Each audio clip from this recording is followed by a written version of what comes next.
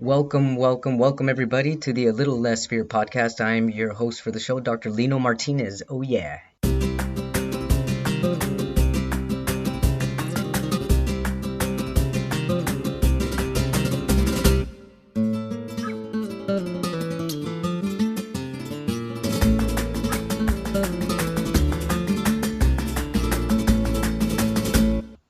It's just an old-fashioned love song. Hello everybody. Welcome back to A Little Less Fear podcast. I'm Lino Martinez. You can call me the Doc. You can call me Dr. Lino, or you can just call me Lino or Lean Dog. Little Lean Dog. But anyways, hey, happy LGBTQIA month. It's been quite a month, and it's been an amazing month actually. We started off. Let's see the last three people I interviewed. I interviewed John Naltner, last name N as Nancy, Oltn as Nancy Er. He's amazing. He's got an art project. It's called A Piece of My Mind, and he uses art and photography to create social change. He's a social activist, and he travels all over the world, all over the nation, with his wife in an incredible caravan that he had custom made, where he also edits and records and interviews people from everywhere. He's amazing guy. He's been on Fortune 500. He's been on a lot of podcasts and yeah, quite a motivator for reals, for real deal. And then after that was followed by a coming out series with Lee Hopkins and Lisa Sugarman, talking about basically their lives and what it's been like coming out, and the beauty of coming out, because it's really wonderful. And not only is it wonderful, but it's stress relieving, and it just motivating, and it uplifts people when you can be yourself and just come out of the dark. After that was followed by an interview with Philip Montrose. He explores how to connect with the soul, heals, and gives yourself direction and inner wisdom. He's written so many books, and he's also co-written with his wife. He's an amazing guy, Philip Montrose. He's got an incredible website as well. And that's the yeah. That those were the last three. So hey, welcome to the end of LGBTQIA month. I'm Lino, and I am a trans man. My very first podcast was called I Am a Trans Man.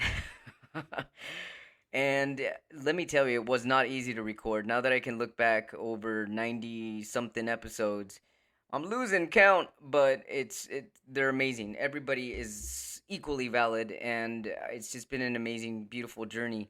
But I decided to do the very first podcast with me coming out as being transgender, and because I felt that was the biggest fear that I had, actually. And that's why I even wrote my book called A Little Less Fear, and that's on Amazon, and it's also available on Kindle.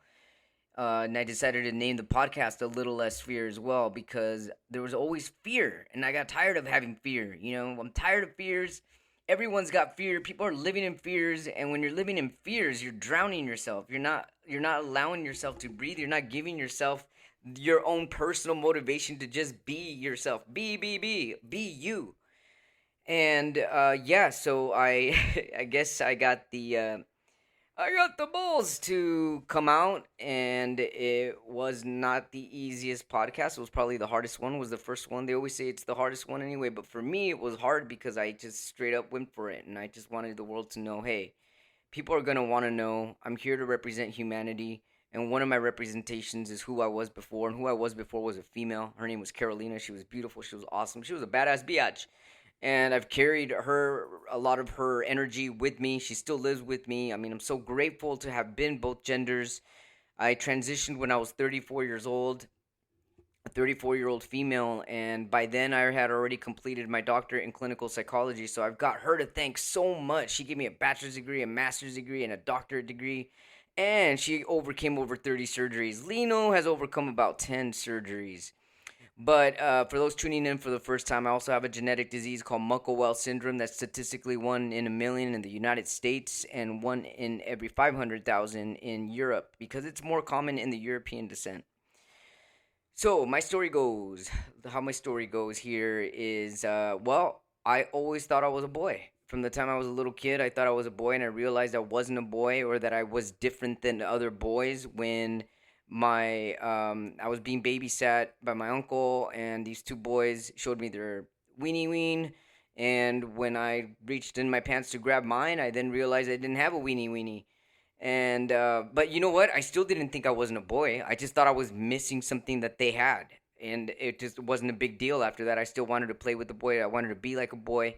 But growing up in 1984, 1985, East Los Angeles, where it's very highly Latino and Catholic. My parents didn't know anything else other than to raise me as what they thought was the best way to raise me, which the genitalia showed that I was mostly female. So they raised me as a female, 100%. Bows in my hair, little dresses, little socks, shiny shoes. All my pictures as a kid was me being as girly as possible, and I can't say that I loved it, but I did it because it was what I had to do. I was a little kid, and I remember when I started to feel more like a boy was when I was 8 years old. I went to Catholic school, and I remember staring at this one boy, and he was playing the jungle gym, and I was trying to stand like him from a distance. I don't know why I was copying him, but I liked the way that he looked, and I wanted to look like him. And I was so upset that the girls had to wear Catholic school dresses. Like, why do I have to wear this Catholic school dress? You know, I want to wear corduroy pants, gray corduroy pants, and a white polo shirt, like all the boys. I didn't understand that I had to wear a dress because I was a girl and that was it. It just made no sense to me. And I don't know if my mom remembers, but I remember giving her a hard time and always wanting to wear pants and even making it an excuse because girls could wear pants if it was cold outside. And I remember like, oh, I want to wear pants, and I just couldn't wait. I couldn't wait, and I loved my gray corduroy pants when I did finally get some. And then, geez, puberty started to hit, and I started to get curves, and places that I didn't want to get curves. I started to develop getting breasts. I hated them, but I had to go with it. I had to go with it because I had no choice. And then I decided, let's see here, I came out as a lesbian, or that I liked girls when I was 14 years old. And I do remember having crushes on girls, and I also remember having crushes on boys at the time, but I didn't know that there was anything that I had to define. I didn't know that I had to be bisexual, or that I had to even give myself any type of pronouns or give myself any type of definition, because I just felt what I felt and I was going with it. And every time I would tell my parents how I felt, it would just break their heart, and they would be upset, and they would argue with each other and say, oh, this comes from your side of the family, as if it was a disease. It was awful. It was awful to go through it. And then I had to have a quinceañera. For those listening for the first time, a quinceañera is a sweet 16, beautiful big birthday bash when I turned 15. And basically, turning 15 in the Latino community, it means you're a young lady now and you can date now. Yeah, right.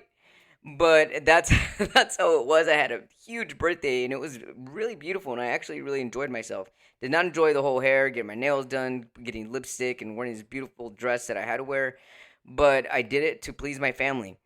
And they were very happy, so happy that they watched that video every day for like 7 years, and it was like, oh my goodness, okay. I then quickly realized that this party was really for them, not for me, because I don't remember ever really loving the fact that I had one, other than the fact that I got to sing a Gloria Estefan song, "Anything for You, though you're not here."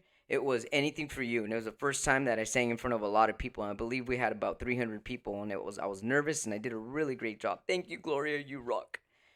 And yeah, so to make the long story short, I continued dating girls behind my parents' back because it was just not allowed.